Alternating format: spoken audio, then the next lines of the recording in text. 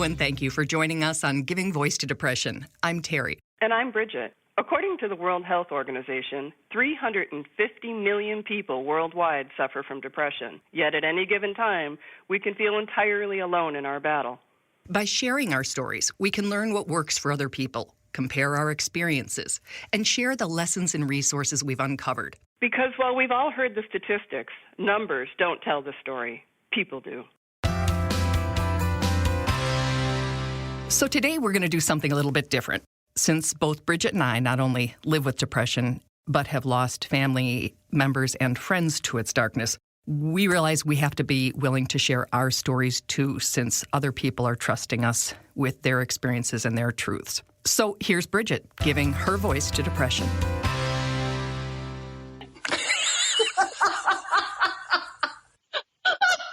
If you didn't expect a story about depression to include glee, well, then you've never talked to Bridget. Pretty much every conversation with her evolves or devolves into laughter, regardless of the subject.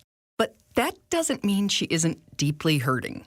You know, I'm a stoic Germanic gal, and I know how to pull up my bootstraps and put on my smile and go to work and not burden people. And so I guess it's called hiding it, but it felt more just like plugging along, you know. Pushing through it. Pushing through it. The it is depression, something she's talking about here because she wants more people to understand. That you would never choose it, that you can't just shake it off, that it's all like on a cellular level, it feels like it is, permeates everything. You know, it permeates like the way that I visually like see the green on the forest. You know, it changes everything. Mm-hmm. And that it's not a choice. Mm-hmm. It's not a choice anybody would ever make. Bridget certainly didn't. Between genetics, biochemistry, medical and hormonal conditions, and difficult life situations, she feels she had little chance of avoiding depression and its many common symptoms. Okay, so I'm looking at an article that had symptoms of depression and made the point that not everyone who's diagnosed with it has the same symptoms. So I'm going to run through the list. It's about, looks like 9 things.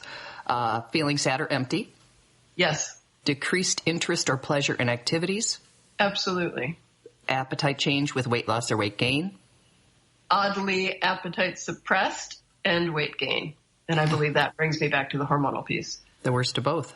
Yes. Decreased or increased sleeping. Decreased. Fatigue or loss of energy. Psychic energy, but not physiologically, no. Feeling worthless or guilty. Worthless or guilty. Discontent is the word that comes to mind. Mm-hmm. Being either agitated or slowed down. Agitated, hence the irritability. Difficulty thinking or concentrating. I suppose. Oh, shiny object. What'd you say? I suppose, to be completely honest, it's probably so pervasive that I've built my life around being intuitive so that it can kind of bypass the intellectual process. Interesting. Very creative, too. Thank you. The last one is your least favorite, recurrent thoughts of death or suicide. Yes. Yes.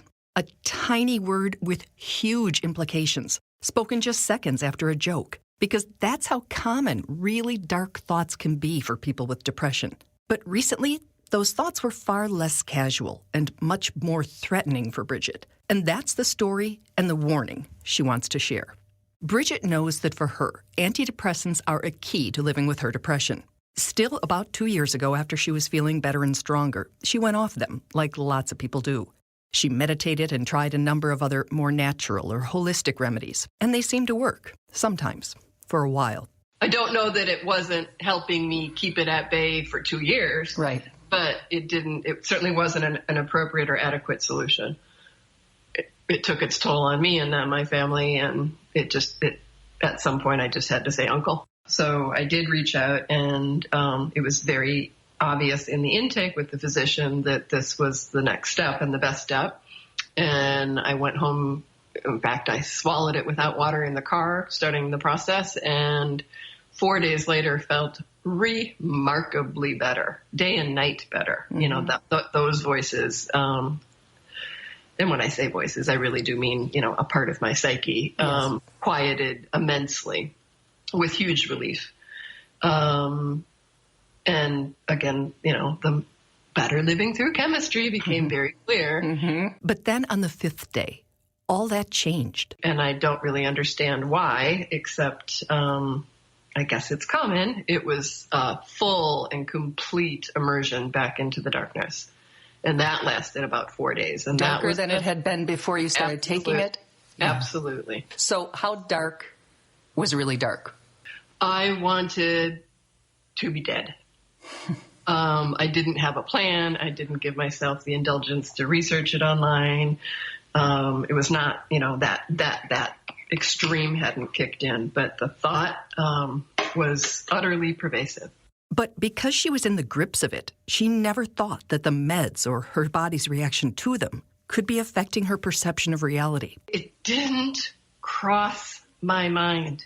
It didn't cross my mind. It's not that it came into my mind and I rejected it thinking, oh, no, it didn't cross my mind. But it wasn't just her. Despite the potentially tragic consequences, not one person in her support group, not her husband, not her best friend, was there to think clearly for her when she couldn't. And then other pieces that the physician that had prescribed it said, oh, you don't have to come back for 6 weeks. And there was no follow-up. There was no little phone call, typically 4 to 6 days in, to say, how's it going? Or if you don't call me, I'm going to call you. Just call my front desk and tell me everything's okay. There was nothing. To me, there's a failure in the system there, too. Despite the many failures, Bridget pushed through. And after 4 of the darkest days she's ever endured, it was like a light switch was flipped, and she experienced not only tremendous relief, which has lasted, but also a profound personal shift. The minute that lifted, it was as if, I don't want to say born again because there's such heavy connotations with that, but It was truly a new chapter and a new opportunity to view how I relate to the circumstances in my life. And in truth, it's had profound impact. In a positive way. In a positive way, a reset, a recalibration in a direction that I was seemingly unable to make prior to the meds, but absolutely made after this dip into hell. To save others from that dark journey, Bridget wants to get the word out that every time you start, stop, or change depression medications, let someone close to you know and ask them to watch for side effects, in particular, suicidal thoughts. And then on good days, explore your options for managing and treating your depression. If it's the neurofeedback, if it's the serotonin, if it's the supplementation, if it's, a break and a vacation, if it's making a hard decision, if it's therapy, if it's meds, it's a long road filled with many, many options that are available for everybody. And many different kinds of depression that would respond differently to all those options. And at different times in your life. Exactly. It is a moving damn target. It's a moving damn target. I don't think it presents the same for everybody. And I think some people are better at hiding it than others and don't assume that everyone's fine. And it can, wreak havoc, but don't give up. Wow. I'm in such a different place now. Such an easier place.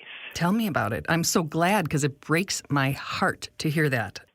I'm in a position where my mindset and I think my chemistry are supporting me in doing the work that I need to do, to deal with that and to shift that. And that's a whole different reality than wanting to be dead. Yeah. I did tell my best friend and I did tell my husband that I was starting the meds. And I don't know that it looked like the shitstorm that was going on in my head. I think there's another piece of I need you to, ask me questions. I need you to somehow be there in a way that isn't just noticing if there's big swings or big changes, because I don't think it presented. That's a really good point, because those of us who kind of shut down and go dark and inside when we're feeling that way, somebody would have to probe a bit to find out. Mm-hmm. And you're giving them permission to up front. Right. That's a very good point. Thank you. I guess there is something else I want to say. So let me just be an example or a reminder that it doesn't always last. regardless to what shifts it or how long it lasts or how deep or dark or ugly this particular episode is, just remember, because it's so hard when you're in it, that it doesn't last. It changes, and it comes and it goes. I'm glad it went. Thank you. Me too. Love you. Love you. Thanks for listening to Giving Voice to Depression today. We hope that by hearing others' stories, you gain understanding, compassion, and some hope. And remember, be kind, because everybody's fighting a battle you know nothing about.